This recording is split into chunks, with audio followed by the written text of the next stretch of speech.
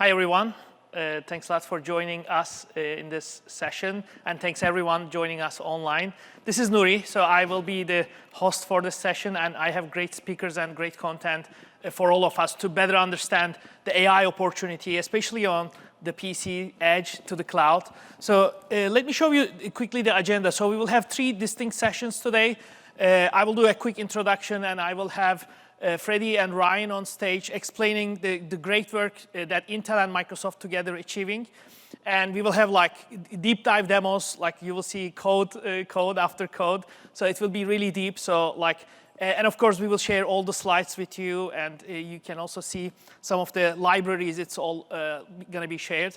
The second section will be about agents. I mean, yesterday on Satya's keynote and all the other sessions, you heard about agents, open web, agentic web, and like we will be showcasing how Intel brings you the agentic world on the AI PCs. And finally, we will end with our cloud story. So again, on the keynote yesterday, there was a lot of reference to Azure and how inferencing is changing the game. And we know that it's going to be like the build-up is there, and Intel is there in the heart of Azure. And Brian will be on stage with me on explaining the technologies that we enable the customers with. So before we start, I want to highlight, I mean, we as Intel has been a really strong partner with Microsoft on bringing the ecosystem together on AI. First of all, I mean, we definitely support the open source, and we have been a big part of the Linux Foundation and bringing those models on the AI PCs. And just as a number, I mean, like the number speaks to itself, but at the end of this year, Intel will be providing 100 million AI PCs. So this is by far the biggest opportunity for everyone in this room. This is an untapped opportunity. Everybody thinks that like AI is going to happen on the cloud.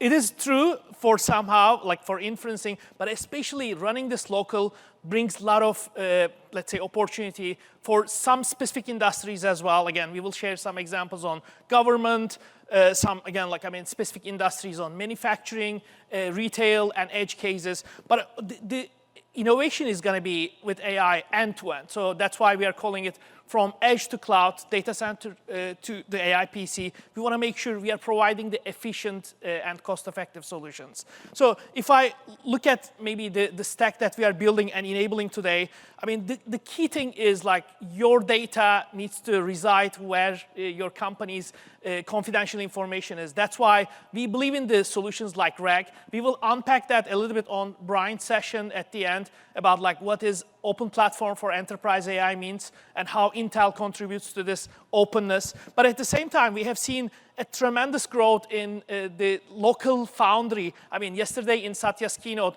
it was obvious that, like, I mean, the big innovation is going to happen right in front of us on the PC itself. And we are so proud to work closely with Microsoft on Copilot PCs. And we are really going down to the level of Windows and then really providing some SDKs. And the workloads that will be shared will definitely be an eye-opener for you. So this is a tremendous opportunity. And this is like I call it every month now in the AI month is like almost 6 months. So if you miss 1 month, you are missing 6 months of leap in the real life. So things are going really fast. And again, this is a limited opportunity for some developers to take the advantage. I mean, if you are the first one, you have an untapped opportunity of 100 million devices with AI PCs. But also this will enable you with the long-term investment that Intel is doing on the CPUs across the platform, because now the processor has NPU, CPU, and GPU all together.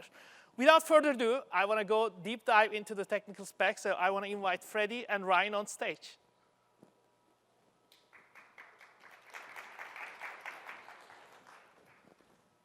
Thank you, Nuri. Hi, I'm Freddy Chiu, Director of AI Software at Intel. I'm so excited here because we have a lot to show you. And I have here my partner in crime. I'm 𝗦𝗽𝗲𝗀𝗀𝗻𝗔𝗄𝗏. I am a Principal Product Manager on the Windows AI development platform, and I work on Windows ML. Nice to meet you all. Yeah, so we have a lot of cool stuff to show you. So let's get started. We're going to first talk about how we are working together to simplify your AI deployments on Intel AI PCs. Then we're going to talk about how you can get a lot more optimized models and optimize them easily on your platform for AI deployment on AI PCs. And then finally, with these two ingredients, we're going to combine them and show you what you can build today with generative AI on your PCs. So first, we're going to talk about Windows ML. So we are working together to bring you a simplified API so that you can deploy performance that OpenVINO unleashes on AI PCs. And we're simplifying the whole stack so that you can target the CPU, GPU, and NPU seamlessly and easily. But to talk to you more about it, Ryan, he had a section yesterday with Windows ML. So Ryan, why don't you kick us off and tell us more about it? Yeah, so Windows ML is a new developer technology in Windows that's really designed around helping you to bring your AI workloads and run them locally on the device that your customers are using. It sort of has three main goals or ways that it's trying to help app developers create their apps. The first one is to simplify the dependency story around building an AI app. The status quo right now for trying to build an AI app in Windows is, you've got to find some runtime that is going to go and run your models locally. That runtime usually also requires some sort of either plugins or add-ons to go and talk to all the different types of hardware that's out there in the market. You go and find all that stuff, and then you also have to bring it into your installer and bring it into your app, and you have to go and deploy all of that, and then that kind of becomes a part of your app. So now you own it, and you have to update it. If there's bug fixes, you have to go and ship out those bug fixes. And so, there's quite a lot of dependency management that you have to handle. Windows ML is trying to erase basically all of that. So as an app developer, you go and just attach to the NuGet package that is represented by Windows ML. It pulls down the Windows ML runtime. Then Windows ML is going to pull down all the dependencies that you need, and you're not going to have to worry about it, and it will update itself as well. The second thing it's trying to do is to make it so that you can take your AI workloads and then scale it across the different types of hardware in, say, an Intel machine. So, Intel machines have Intel CPUs, NPUs, and GPUs. You want to be able to go and target all of those and get the most out of those chips that you can and shift workloads around. WinML really tries to go and do that and make that really easy for you to go and shift those workloads. We'll talk a little bit about that in a minute. And it also will help you scale across generations. So, if you've got a Meteor Lake Intel machine or a Lunar Lake machine or the upcoming Panther Lake series that's coming as well, it's going to stay current and relevant and let you shift those workloads back and forth on all those different generations.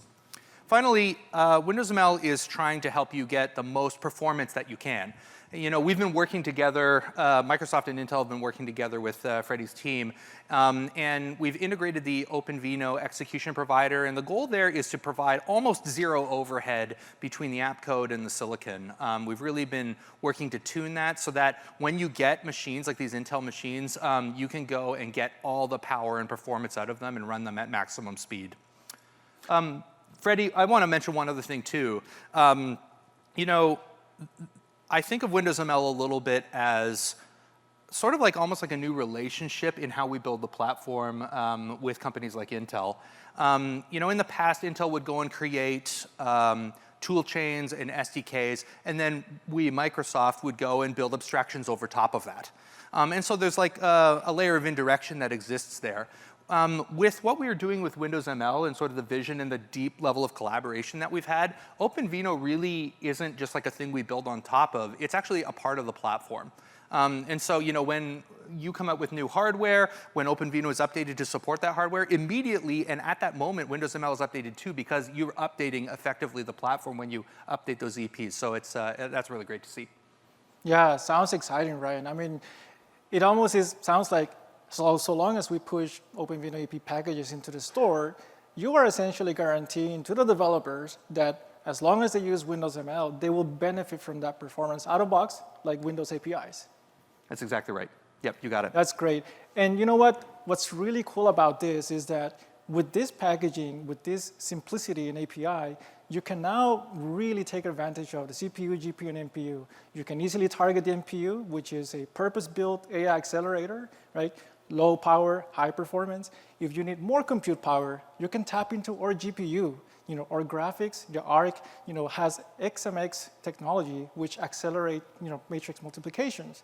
And on our CPU, for those bursty and smaller workloads, you can run AVX VNNI, which are instructions to accelerate compute also for AI. And so you have a rich set of accelerators, for each IP that with OpenVINO and Windows ML, we're abstracting all that complexity so you can benefit the performance with a lot of simplicity. So this is super powerful. But don't take our words for it. We're already hearing from our partners and customers. And so, Bart, I actually saw him, and his team at Powder crashing at your party yesterday in the breakout session. Why don't you tell us a little bit more about him? Yeah, it was awesome to have Bart from Powder come up and join us in that session. Powder is a company that basically turns Copilot PCs into gamer storytelling machines. And they have a bunch of different AI models that analyze gameplay footage, and then they go and break it up into special moments, and gamers can go and upload those moments to Twitch and various other streaming services and things like that. When we shared the early builds of Experimental 1, yesterday we released Windows ML 2.0 Experimental 1. It's like a preview release. We were sharing early builds with Powder, and they were able to very quickly ingest Windows ML. It took them about a week to go and build a prototype, a little bit under a week actually, to go and build a prototype, integrate it into their app experience. And it's really enabling them to basically have to forget about scaling across all of that different hardware. It saved them upwards of about 70% of the time that they normally spend integrating models. And so that's really significant for a team of 15 people. Yeah, and you know what? We're hearing very similar feedback from our friends at Bufferzone. They're really pushing the limits, right, and bringing innovative solutions with endpoint security. And their no-cloud AI technology, they're accelerating their AI workloads on the CPU, GPU, and NPU, and they're exploring Windows ML, and they're very positive about what they're seeing. But, Ryan, how about we start looking at some code and see how simple this is? It's always good to look at code. Let's take a look. All right, so what we have here is a sample where we're going to start is in C# app, and we're going to initialize the Windows ML infrastructure. What these two lines of code will do, download the infrastructure and set up the execution provider, is it'll start the runtime, and it'll pull the packages needed from the cloud. As soon as that's done, we're going to enumerate the devices that OpenVINO exposes to the Windows ML surface. And as you can see from the application, it's enumerating the CPU, GPU, and NPU. All this is brought by the Windows ML simplicity.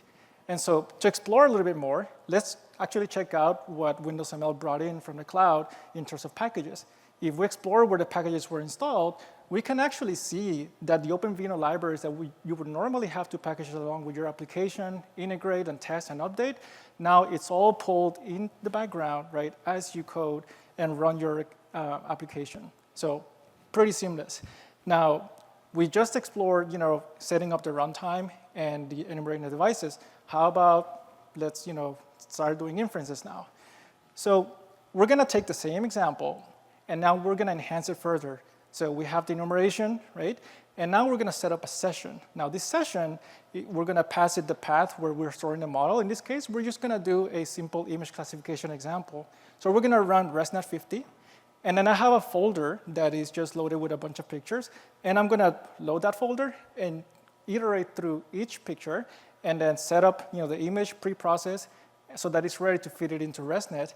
And then I'm just going to start the inference. And as you can see, I compile, fairly easy to set up. And as it runs, you'll notice that the CPU will start spiking. So very simple to set up the inference. And this is actually using the OpenVINO CPU-optimized set of libraries to run the inferences. But hey, CPU is cool, but let's actually see how we can actually now get some of this code updated so that we can target accelerators like the GPU and NPU. So we're going to start with the same code base. And in the same loop that we were enumerating the devices, now we're going to select the device that we want based on the, the iteration that we found. So we're going to target the NPU. So once we find the NPU, we're going to put that in a list. And we're going to pass this as part of the session options. Now, in this session options, we're simply just put in the NPU device, and if we run the application, now you're going to see that the NPU activity will have spiked a little bit. And that's as simple as that, right, to use the NPU. Now, if you want to use the GPU, all you have to do is one line of code change, and now you can target the GPU. So this is really, really exciting. And I want to take a moment to emphasize that when you deploy on Intel platforms, you can start with models like FP16 and deploy in the GPU. And that same model, you don't have to do any modifications. You can run it on the CPU and the NPU because we have data type consistency. And if you start with an optimized model, like an integer 8 quantized model for the NPU, you can take that same model and run it also on our GPU and CPU. You will take advantage of acceleration that has been built for such data types on the GPU and CPU, and all this benefit is encapsulated and wrapped in the goodness of OpenVINO on Intel platforms and just simplified with Windows ML deployment. Now that said, we just looked at how we target the CPU, GPU, and NPU. But Ryan, what if I, as a developer, don't necessarily know which one I should be picking, but I just want the best performance for my application? Yeah, that's a really good question. So, the code that you've written here is awesome. It is one line to go and switch between it. And it'll look familiar to anyone who has written Onyx runtime code.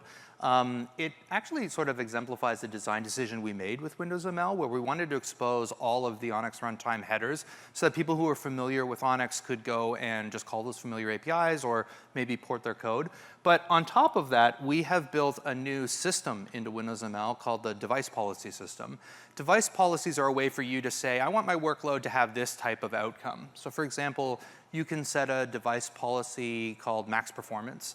And what it'll do is it will try and get the maximum performance out of that machine. So, if you're running on an Intel machine, it'll take a look at all those different chips on there, and it will do its best to give you the best wall clock that you can.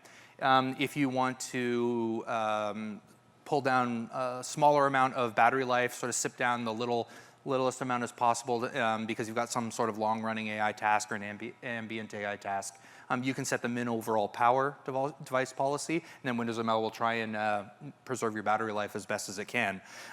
So, either approach to this is really great. Writing the code in sort of like the Onyx runtime way and directly specifying is awesome. You can use the device policy system. There's a lot of flexibility there to make sure that you get the behavior you want in your app. Yeah, that's awesome. So, we've talked about how simple it is to deploy with Windows ML and take the best out of the Intel platform performance. So, Ryan, let's talk about models. What is Microsoft doing around models and helping the developers deploy more easily?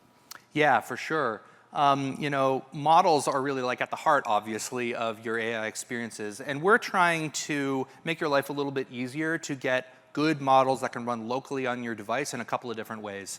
First of all, you can use something called Foundry Local. Foundry Local is sort of like a conduit that enables you to access a growing list of ready-to-use models from the Foundry catalog. These models have been converted, optimized, and quantized to run fantastic on local hardware, and they run fantastic across the full line of in-market Intel machines.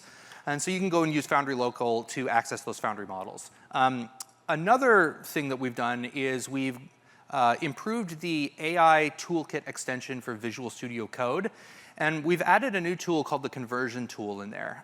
What the conversion tool does is it basically takes a growing number of popular models in the industry from Hugging Face, it pulls them down, it converts and quantizes them so they'll run great on local hardware, and then serves those up as Onyx models so you can go and feed them into Windows ML as well. Now that conversion tool inside of the AI Toolkit is built around the Olive toolchain. The Olive toolchain is like a way for you to go and convert from lots of different model formats into the Onyx format. And we're always trying to, at Microsoft, improve the Olive toolchain so that we can get better conversion, better local performance with those conversions. And I do want to call out that we've been working with Freddy and his team to try and take insights from Intel to improve that tooling story. So, you've helped us out with insights into how your hardware works. You have shown us model recipes so that we can go and do better conversions. And it's just really made that tool chain great. And so it's rapidly approaching a point where you can kind of bring any model, convert it, and you get not just the knowledge that we as Microsoft provide, but what Intel provides as well. It's really great.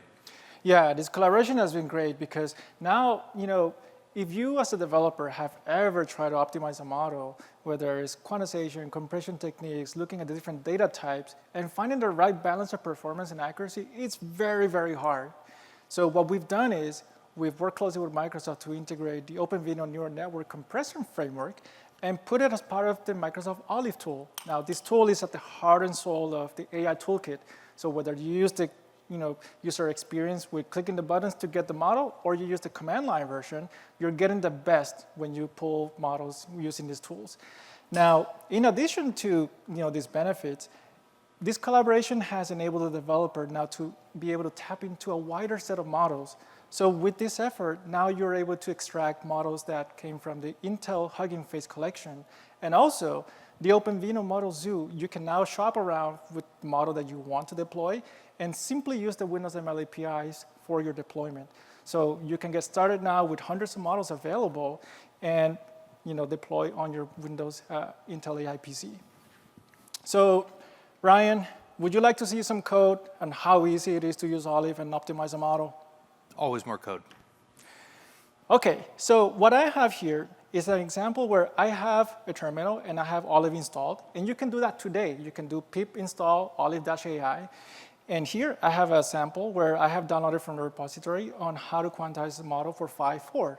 Notice that in this case, we're looking at 5.4 in the OpenVINO folder, a 5.4 mini reasoning model.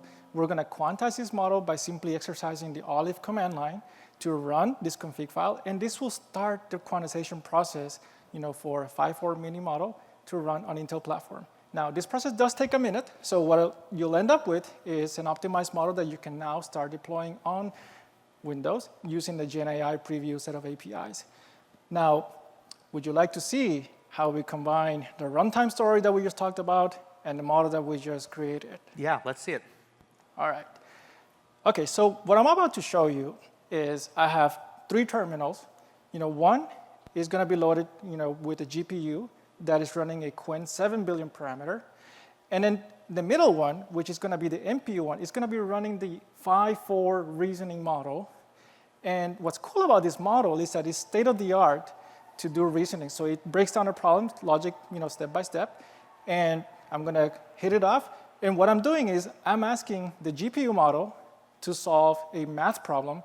Then after it solves the problem, ask a different math problem to the NPU. So I essentially have a GPU talking to an NPU, both running SLM and LLM. And notice how the system is currently set to efficiency mode. This thing is running on batteries. And look at the performance. Look at the experience that you can get. And not only that, this is an airplane mode. That's why you don't see the network in the task manager. So all this is running locally. And you can do this today on an Intel AI PC. What do you think of that, Ryan? That is a very cool demo. I think it really shows, it opens up the possibilities of the kind of cross-processor complexity that you can go and get inside an app. And I think it's really cool just to see, this is a preview version of GenAI for Windows ML, and it's working on this Intel hardware, and it's running great. Well, you're easily impressed, Ryan. Let me show you something more cool. OK, I'm always up for more cool. So the reality is that, in our day-to-day, we do a lot more than just running 1 or 2 applications. We have video conferencing all the time. We're on Teams calls all day. Aren't you, Ryan? I'm always in Teams calls, yes. So in addition to the camera, which is simulating what your workload would be, I have an inference on the CPU right now. This is running a vision transformer, just because it's more compute heavy than your traditional ResNet. And so I decide that, hey, it's too heavy for the CPU. I'm just going to load it on NPU because we're not doing anything on the NPU. But I'm going to turn on my Studio Effects and start loading it further. And so I enable it, and now everything's running on the NPU. But hey, I have an AI PC from Intel. So how about we kick off some LLMs? And I put the vision transformer also on the GPU in the meantime. And what I have here now is 2 LLMs, both 7 billion parameters, running on the integrated graphics. And I'm going to make them talk to each other. I'm going to ask one of them to give a programming problem with a mistake, a flaw in it. And then the other one is going to provide a response. And you know what? They're just going to talk to each other. And while they do that, I'll talk to you. So now that the GPUs are loaded, I'm going to click a button to move the vision transformer model back to the NPU because the GPUs are being utilized. And so I'm just clicking a button. And so remember, one line code change, right, to change the inference device. So very easy to do. So what do you think of that? I mean, that's insane. Like, what we have here is 2 LLMs running locally on like a notebook class device on an Intel machine. Like, this is awesome, and the performance is good. It's great. Yeah, I did that right here, Ryan. That's crazy. Very cool. So, the simplicity of the APIs to run GPU, NPU, and CPU, it's great.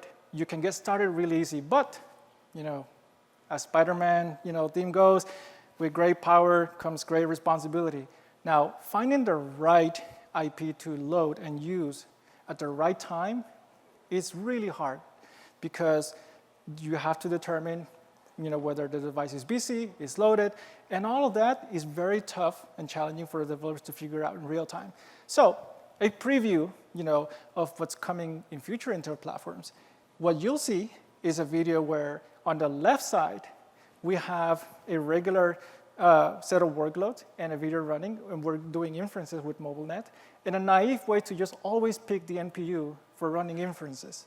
On the right side, you're going to see our AI director technology, where the system is going to recommend what devices they should use based on what all is happening on the background.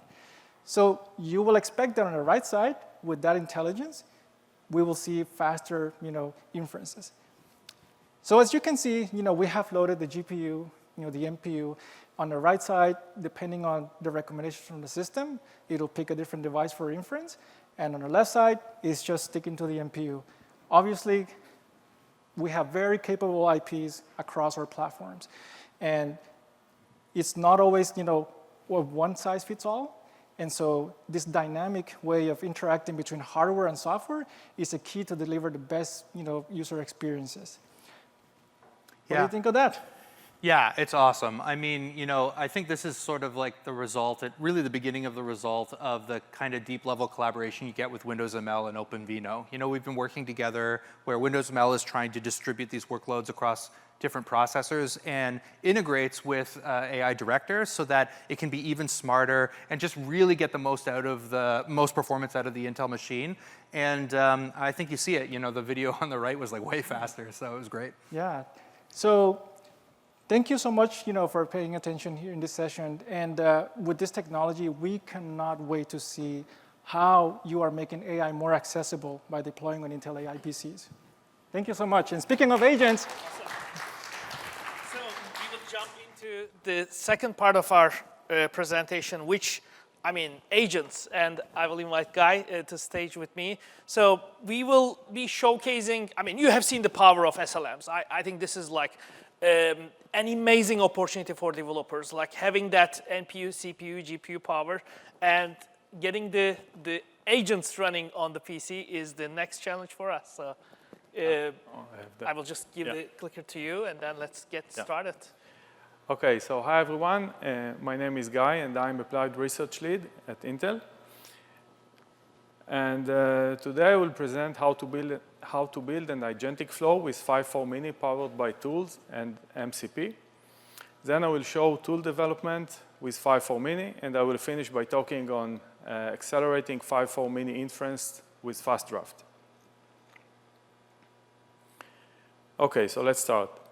So so here we'll talk how to build an agentic flow with 5.4 Mini powered by tools and MCP integration. We built this demo with the Hugging Face small agents library, and the agent run with OpenVINO on Intel Core Ultra for optimal performance. As you can see in the diagram, we configured 5.4 Mini with a web-based tool like Flight Search and Gmail, and also MCP tools for YouTube access and search. And we also added a 5.4 Mini code completion tool and prepare presentation tool, which runs 100% locally. So we choose to show mix of local and web-based tool just to highlight the different development options. And of course, to build powerful agents, a developer can integrate open source code or build their own tools tailored to specific agentic application. Let's see how it works. So we assigned the agent the task of preparing a presentation on the main innovations of 5.4 Mini. This is a great example to see how the agent autonomously decides its own execution path.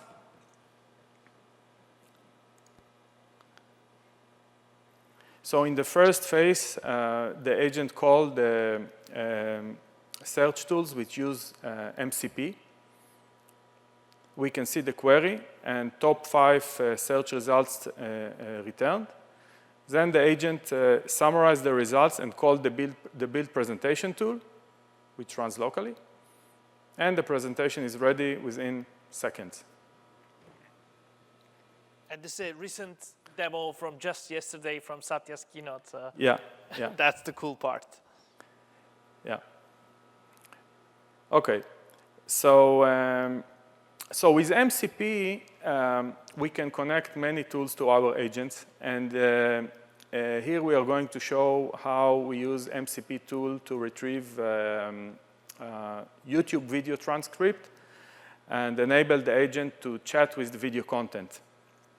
And since the video transcript may contain thousands of tokens, so passing the entire transcript to the model can be costly and inefficient. So to solve this, we index the video transcript into a vector database using a BERT-like embedding model, which also runs locally with OpenVINO. And when query is made, we just retrieve the most relevant part from the transcript. So this is a good example, Nuri, like you said, to chat with Satya keynote. So here we ask about the agent Foundry. That was one of the big announcements yesterday. And you can see the query. You can see what is being returned from Satya keynote. And you can see the final answer that the Foundry app platform is game changer because it provides a fast and high performance runtime for models and agents as a service. So of course, it will be great to learn about the tools and the development libraries, how to enable this for the developers. Yeah.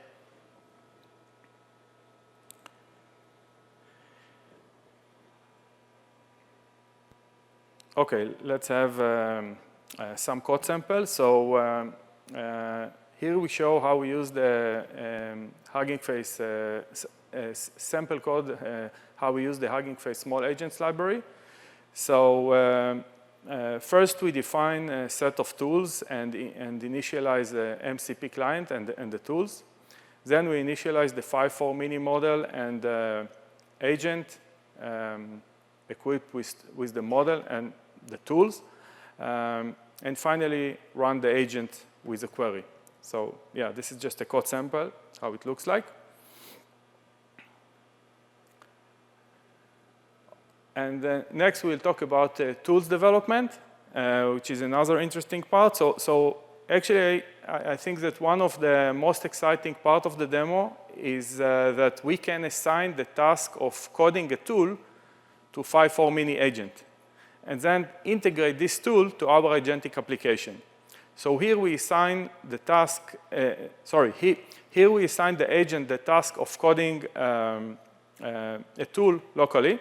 So the query is write a Python function for building PowerPoint presentation according to list of slides where each slide has a title and a body. So we can see that the agent prepared the function signature first, and then the code is being generated by the 5.4 Mini code completion tool. Then this code is integrated into the small agent library, and the agent can use the tool.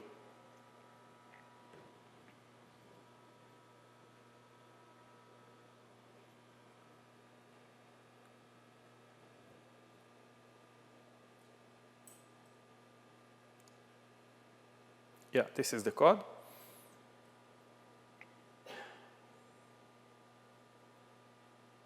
OK.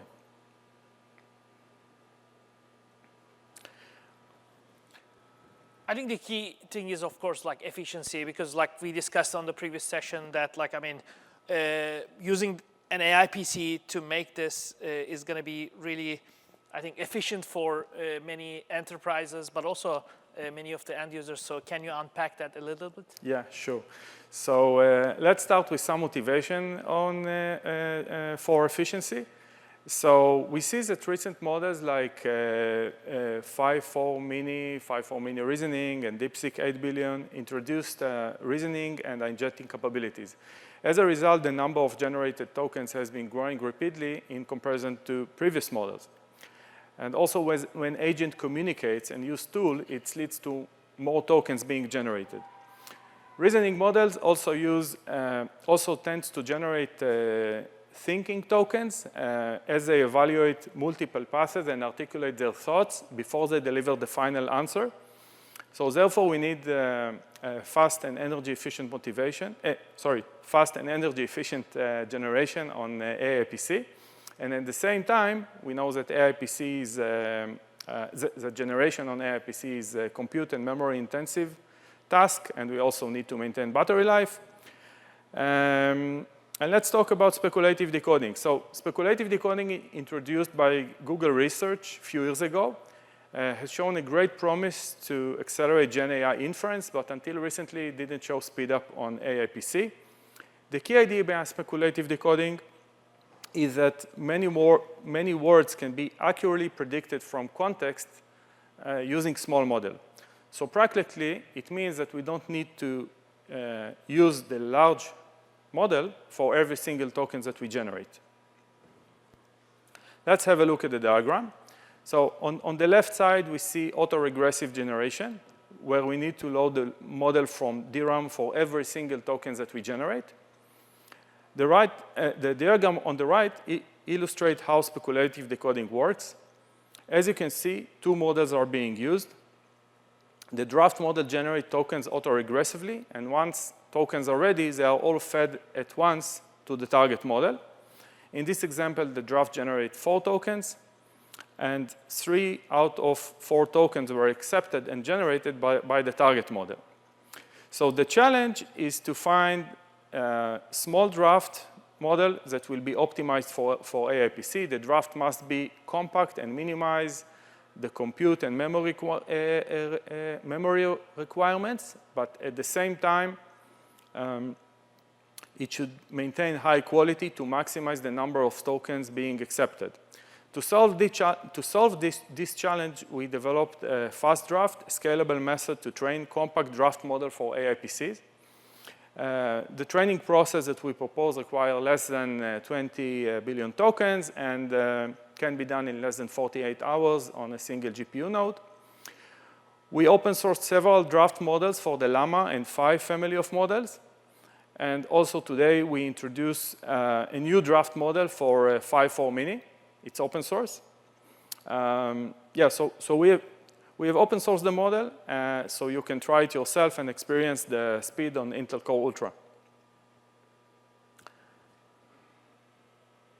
OK, so we integrated the fast draft model with the OpenVINO Gen AI and demonstrated speculative decoding. So with the 5.3 mini, we achieve average of 2x speed up and up to 3x bandwidth reduction compared to the state-of-the-art runtime with 4-bit quantization. Let's see the generation. Yeah, and as I mentioned, draft for 𝗲 model is also open source and available. Nuri, you can guess which size is faster. Exactly.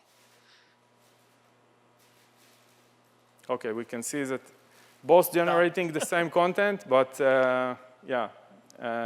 left side is much faster.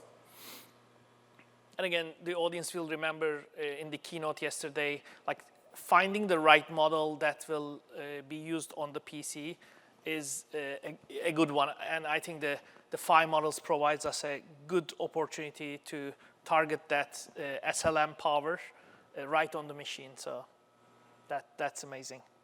Yeah, and if you are interested in more details, this work was presented a few months ago at NeurIPS and will be presented in the upcoming ACL conference. Awesome.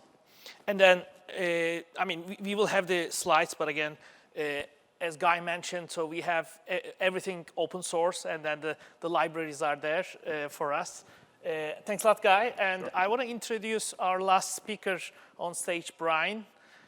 So we will, like, until now, we have discussed a lot of the edge and AI PC, but how about the cloud? So, and again, some of you, if you have watched us again, like we were at Ignite together. So Yes. this is 6 months apart. Nice to see you again. Nice to see you again, Brian. I haven't seen him before this.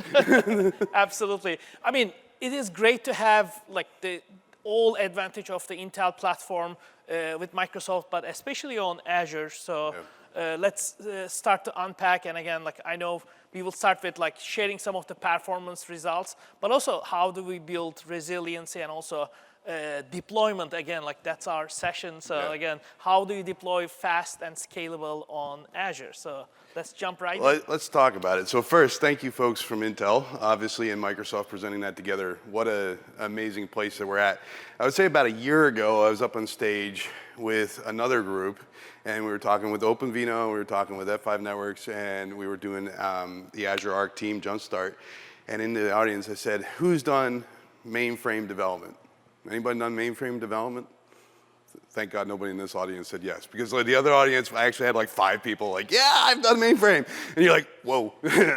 But all joking aside, like what is mainframe? Mainframe's the conglomeration. Like I always look at it as like the one big central brain, and if it dies, everything dies. So what do we do next is we disaggregate. And what I just saw in that demo is beautiful because it's disaggregation of AI. Right, we're starting to see and that's what Satya talked about as well, right? We're starting to see these ways with the agentic and smaller models that now not only are we not having to build and run a bigger model and take up more horsepower, which is what the Xeons were providing before, now we're pushing it down to the desktops. And guess what? Now the power goes down to the desktop too. So there's also a little cost savings for someone in the back end, and I won't say who, but I bet you can guess. But the bottom line is for us though, this is the other thing that we're thinking about. We also want to disaggregate. So we've been talking about GPUs for years. We get it, it's there. We have solutions with TPUs and other things, but we know that GPUs is a big thing in the market, but we're coming up, and there's some things you should think about. As you disaggregate, as you get smaller models, AMX is there for you, right? And so what's AMX going to do for you? It's going to allow you to have at least a little bit, right, of performance and a little bit of offloading of your convolutional neural networks, right? So your matrixy multiplications on the CPU, right? Now you can start thinking about those smaller 11 billion or less kind of token models running on a CPU, quote unquote, with these offloadings, and you're going to get really good performance. So now with the agentics, with the smaller models, now you're going to be up there. So this is really good for us as a group, as an entity, where we're not only disaggregating to the desktop, we're disaggregating across the data center. Absolutely. And again, like we recently launched, again, Xeon 5th generation and 6th generation. So we believe inferencing market will continue to grow. And again, like having Intel Xeon processors on Microsoft Azure is definitely a game changer for us. Absolutely. But what's that without security? So our partner, the first to enable it in the cloud, is Microsoft. So we've had this for a while, Intel TME. This is a great opportunity. This is memory at rest. This is not to be confused with the confidential computing, which is memory in flight, right? But at runtime, non-runtime memory is encrypted and it's at rest, and so this gets a lot more security for free. So you get this on our EMR systems, or that is the V6 instances of Intel in Azure. So we're very excited to see this up there today. Awesome. And of course, like, I mean, this leads to the hardware offloading. So we know that this is going to be an interesting topic for everyone, especially with the new like QuickAssist technology. Yes. You want to unpack that a little bit? Yeah, boy, there's a lot here. So again, Intel's across the board. We're there with Microsoft across the board as well. We're on the client, we're in the cloud, but guess what? We're on the edge too. And QuickAssist is a good place for us to talk about on the edge. So one, it's on the Xeon processors. So if you're buying them from an ODM or OEM today, you should definitely be looking at making sure that your processors have it.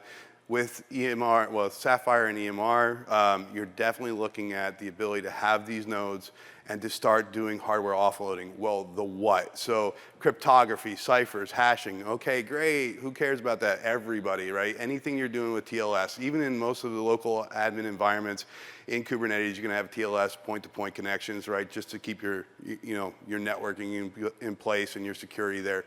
So offloading that with QAT is a great place to be. The other things you're going to think about is like your encryption, your digital signatures, all that processing is going to get offloaded. So your CPUs can stay doing what they're best at. And that's really where hardware offloading stays in place. And obviously then also, and this is the most important because it's going to go to our next slide in a second, but lossless data compression, decompression, and in flight. This is very important for, give it to me, the next one, which is our partnership, again, with Microsoft on Windows with the resilient file system. So Microsoft's REFS, this is a great place that we've shown a good partnership across this board. Another place, we've already done something similar like this with SQL Server. We have QAT-based backups and restorations with SQL Server. Here we're doing it with your file system. And so some of you might say, okay, I get it, it's there. What does this have to do with the original slide with AI? Training, my friends. How are we going to train faster? How are we going to get that data across the pipeline? How are we going to build those models? We need to get that data moving. And with QAT on your Xeons, you're going to get faster performance right there, and then we're going to build your models. So absolutely. That's and again, like, I mean, I touched a little bit on the RAG retrieval augmented generation, but again, like we will just share, actually, I'm moving on that slide. So with a lot of industry partners, we introduced open platform for enterprise AI because we believe that, again, like the world is going to be open source and there will be a lot of different vendors working together from file system to database, like providing that compute and inferencing for that platform. So do you want to share a little bit about like how this transitions to cloud and where we are with Microsoft Azure? The transitions are everywhere. And I like you said earlier, Nuri, like we're exploding. Everything is going across. Every month is 6 months. Well, it was almost 2 years ago that I brought OpenFL to build. So think about it now. Where are we at? So the training. So for folks in the audience and folks that haven't seen this before, Open Federated Learning is federated learning with the ability to take your model, move it to the data underneath a secured environment, train it on someone else's data, HIPAA compliant, those kind of things. So we're doing it for skin cancer detection across the globe. So this gives us the ability, as a scenario, to go and now start making our data, our models smarter on data that other people house, right, that we might not have internally. So that's one place that Intel's gone and figured out a better way of transacting our models. Then we also have the open platform for enterprise AI, which doesn't say really what is RAG. So that's your ability to go and retrieve your data across this enterprise environment. So this is really good. So this is us continuing. You folks just heard about OpenVINO. So yet another place. And then again, what's that all without security? So Intel Trust Authority. And this is where we can go attest your Xeons, or any platform really. We can attest your platform and make sure you're running securely as all these models are happening. And that's generally a lot of feedback that I've been getting from customers, even here, is I don't want my model that has all this IP on it, all my intellectual property, I don't want it running there. How can I know it's safe? Well, this is where we have the ability to do that on these platforms. Absolutely. And again, while doing that, we are not alone. We are working with a lot of partners. Actually, I mean, Linux Foundation is key for this initiative, hosting the OPIA platform. And again, like we have been a great contributor to the PyTorch Foundation as well. We are one of the founding members. And across the audience, again, like OpenVINO is just now open. So we believe, again, the world is really gonna grow and more secure, more reliable with the support of open source, especially like getting the platforms on the devices. This requires a lot of like code reviews, and as Intel, we provide all the knowledge that we have built in the Intel labs with our partners and making sure that the developers know how to access, how to customize, and how to get the benefit. And again, we are working with a variety of partners on this journey together. So that's a big shift for the industry. But we believe, again, Microsoft is there, we are there, and we want to make sure open source is going to be the key driver for AI moving forward. Wait. Go back 1 second. Yeah. Does everybody see that little thing called Kubernetes in there? Okay. Everybody asks, where are you, Intel? We're everywhere, right? That's what he just said. I'm just going to summarize it. We're everywhere. Kubernetes, just here at the event, I have talked to so many folks about Kubernetes, right? And they're like, well, I got this container, I got that thing. Well, guess what? Your telemetry aware scheduling, your awareness about your hardware platform underneath, your memory management. Intel's been there, been supporting these communities to make sure that it runs and operates best. So next click from here, but that is very important for everybody in the audience to go remember, right? Come talk to us, make sure that you're using the latest versions, because it's very important, because we're constantly changing these frameworks to improve. And one of those frameworks that we're looking at is obviously, so Intel AI for enterprise inferencing. So we're looking to simplify and be able to provide more of a seamless access to all hardware underneath. And so you folks, again, we're going to go back to the earlier demos. We're simplifying it with Windows. We're also simplifying these. We're looking at open standards, and we're saying, if you want to use our TPUs, if you want to use our CPUs, if you want to use other places across the cloud, these are the interfaces that we're building for you so that it scales, you can load your models, and you can run. And what's good about this, and there's more, for only $9.95 right now, you can have Intel ecosystem services. So this is where we reach out. You can reach out to me, myself, and I, and a few others here, and we can talk about how we can enable these services with you in the cloud. Absolutely. And again, this was a big announcement for us at Intel Vision a couple of months, or 2 months ago. About 2 months. Again, I'm living in this AI timeline, so it feels like ages ago. But again, like Intel is a provider on the marketplace, and we want to make sure, like when you use those VMs provided by Intel, it will be secure and trusted. And again, one of the things I want to highlight here is the agent-to-agent protocol. So again, I know Google has been working with Microsoft on enabling that. So again, we are proud because we are just connecting the dots, and it's using the same enterprise inference architecture. So any closing remarks from your end, Brian? Well, just in closing, folks, I mean, again, you know, the ecosystem that we play in, the ecosystem that we work in, the support with Microsoft. Microsoft has been our #1 developer in the world, right? And our scale partner for sure. And as we work with you folks to continue to scale your applications across the globe, these are just good places for us to remember that there's more underneath that abstraction layer that we all love, which is a RESTful API or some type of other environment. There is hardware, and hardware still matters. Even though there's people out there like, hardware doesn't matter, it's okay, and I can run on ARM and I can run there. You can. Hardware still matters, device drivers still matter, functionality still matters. And I have the best quote from one of our partners. I was on a call the other day, and it was a startup, and they're like, I can't spend the time debugging device drivers, but on Intel they always work. And that's the thing. Like, come to us, let's talk about it. It doesn't mean you can't go and you can't scale. In fact, we can help you scale to other platforms as well. Absolutely. Thanks a lot, Brian.